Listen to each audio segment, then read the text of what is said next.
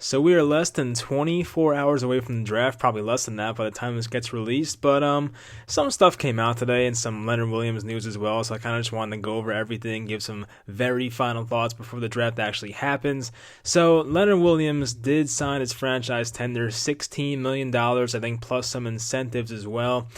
As I've said many times, if you listen to our podcast, I was not too happy about the franchise tag for a guy like Leonard Williams because you make this trade for him, give away your third-round pick, and Leonard Williams is a guy that's not a risky player. It's not like Leonard Williams has this Jadeveon Clowney-type injury history. I mean, he shows up every week, plays all 16 games. You know what he's going to give you, but paying a guy like Leonard Williams $16 million for 1 year kind of seems like a lot. So I wanted a long-term deal in the $10 to $12 million range. So it'll hurt the salary this year. I hope they get something done long-term, maybe even before the season starts. But I really don't know how they're going to play it. I mean, obviously they weren't going to let Leonard Williams go because that's a trade Gettleman would look very, very bad for. It's already looking pretty bad, but even worse if you let him walk for nothing. So, I think that was something that probably could have been handled better. I wish we had him for about 10, 11, $12 million, but it is 16 plus the incentives. So I mean, that's what it is for 2020. So we'll have to live with that. So apparently the Giants have until July 15th to come to a long-term extension with Leonard Williams. So I want to throw that in as well. So that's 2 months away, basically. So they have 2 months to work out something long-term. We'll see if it gets done. I would say probably not at this point, but there is some time at least.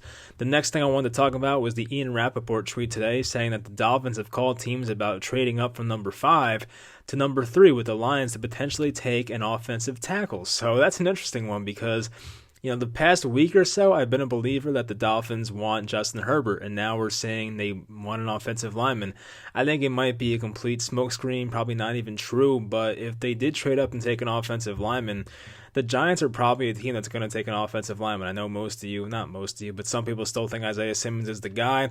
If so, they're doing a very good job of disguising that because so far, based off the quotes, it seems like it's an offensive lineman type pick. But if the Miami Dolphins traded up to number 3 and took, the number 1 offensive lineman on the board, who I don't know who it would be in their case, but of course I like a guy like Jedrick Wills, Andrew Thomas.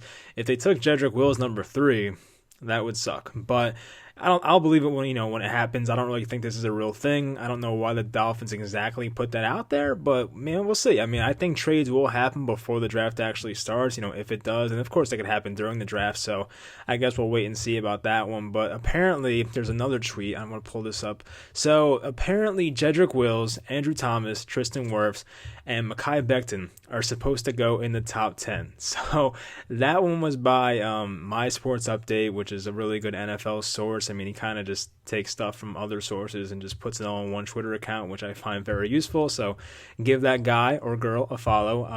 So I think Mekhi Becton going top 10.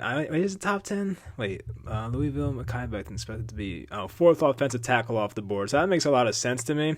He doesn't have Mekhi Becton in the top 10 area, so he might just have the other 3 offensive tackles in the top 10.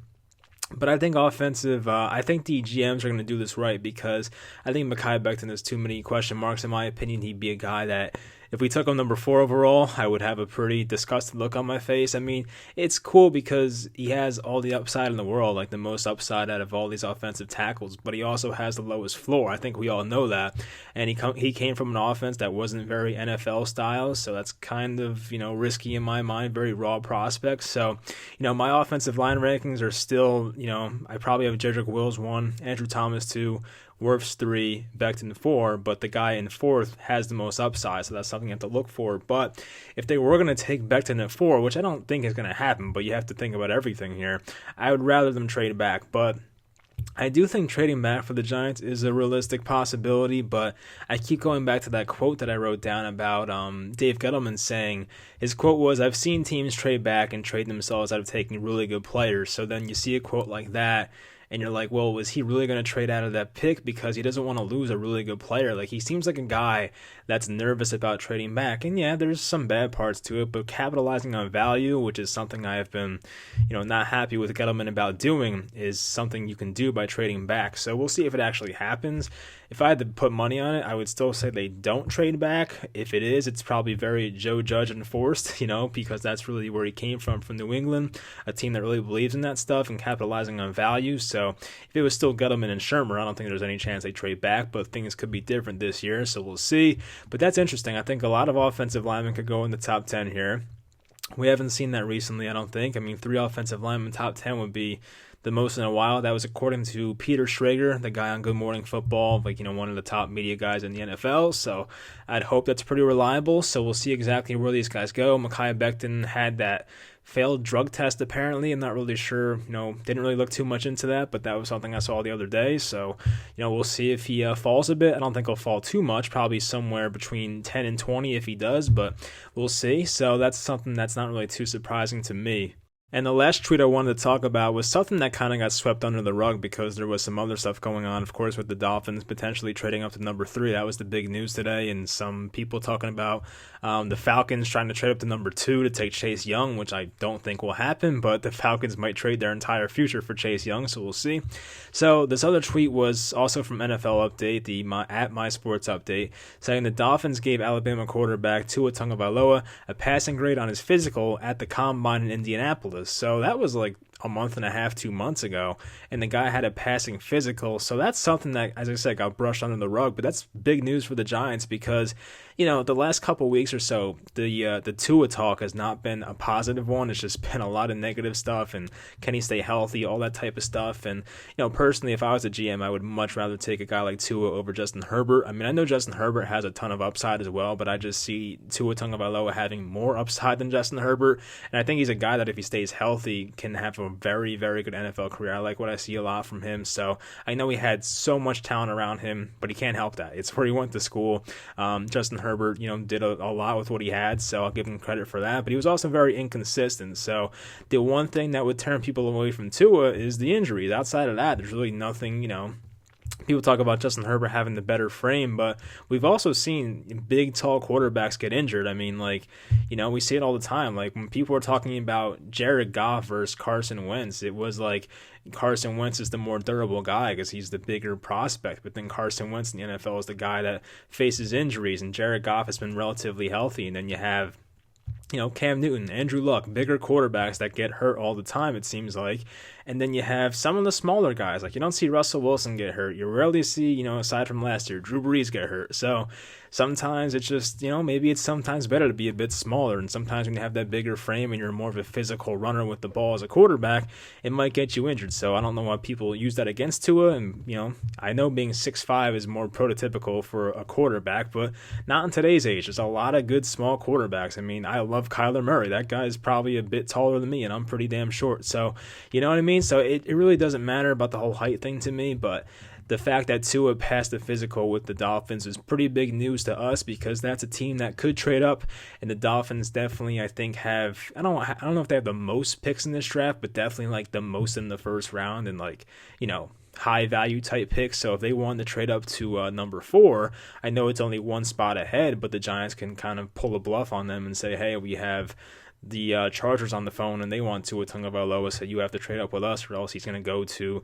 the Chargers. So hopefully they can swing something there. So we'll see. But I mean, my final thoughts on it, I still think they stay at 4, and I still think, I don't know. I reading Twitter today, it makes me feel like Tristan Wirfs is the pick, but I do think it's offensive tackle. I really don't think it's Isaiah Simmons at this point. I would not be shocked by it, but everything I've seen, from reliable sources and whatnot, I think Jay Glazer thinks it's Tristan Wirfs. So I do think it's Wirfs or Wills. Simmons would not be too shocking to me, but it's just not what I expect at this point. And of course, trading back's an option. I mean, I don't know who they would trade back with. Now, of course, the two teams behind us, not the Jaguars, the Dolphins and the Chargers are the ones that come to mind. But I'm still not sure it's even meaningful for them to trade up because there's really no need to. I mean, it's the Lions ain't taking a quarterback. We're not taking one.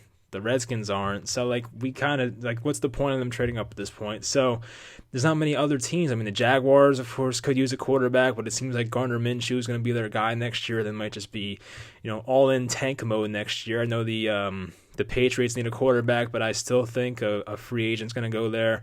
I think Cam Newton might be a Patriot. That'd be a cool fit in my opinion. Maybe Andy Dalton can get traded there. So we'll see. I really don't know. It's going to be very interesting though. The draft is finally here tomorrow. Well, probably today by the time I upload this. So very excited for it. So once again, join us on this channel. It'll be a YouTube live. I'm not sure how that works exactly, but hopefully you guys do. So search Fireside Giants around, I don't know if it was 6:30 or 7:30. I actually forget when it starts. It's a half hour before the draft. So if the draft starts at 7, tune in at 6:30. If it starts at 8, tune in at 7:30. I feel like it's 6:30 though. So tune in at 6:30 just to be safe. We'll have Giants running back John Hillman on the show. He'll answer some of your questions. Hopefully we have a good time.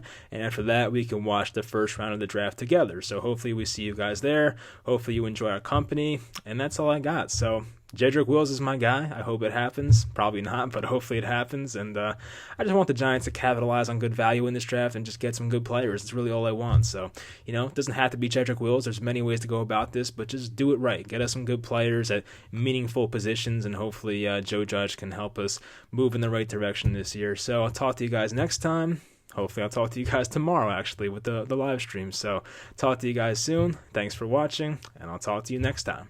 So right before I was about to upload, this tweet came out from RotoWorld saying the Miami Herald reports the Lions are planning as if they will have the number 5 overall pick in tomorrow evening's first round. So that's an interesting one. So apparently the Lions want to go to 5 and the Dolphins want to go to 3. Not sure if it's to draft Tua or Herbert. I honestly have no idea, but that definitely impacts the Giants because, if the draft goes as we plan, quarterback, Chase Young quarterback, you would now have your shot at the second best non-quarterback player in this draft, which I guess helps them. I mean, I don't know if the Giants are in on Jeffrey Okudah.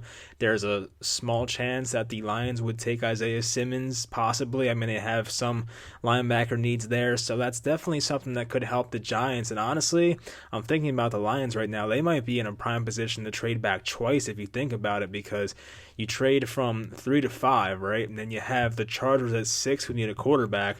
Well, if a team wants to trade up in front of the Chargers to take a quarterback, Miami can trade back twice in this draft if they wanted to, or, it could be possible. Like, let's say the Jaguars wanted a quarterback like Justin Herbert, they can trade once again back up to number 5 in front of the Chargers. So, I mean, the Lions can definitely stack up a bunch of picks in this draft and capitalize on some major value, and that's why, once again, I just don't see the Giants trading back. I don't think it'll match up, and based off our GM's history, I don't see it happening, but there might be a push from Joe Judge and even ownership to do so. So I'm very interested to see how this plays out. I won't be too shocked if they trade back, but as I said, if I had to bet money on it, I'd probably say they stay put at 4. But hopefully that's it. Hopefully I can upload this before anything else breaks, but I'm sure when I wake up tomorrow, 3 or 4 trades will happen, so we'll see. It'll be a crazy day tomorrow. Hopefully it's fun, and as I've said before, hopefully things go well for the Giants, and as I said before, I'll talk to you next time.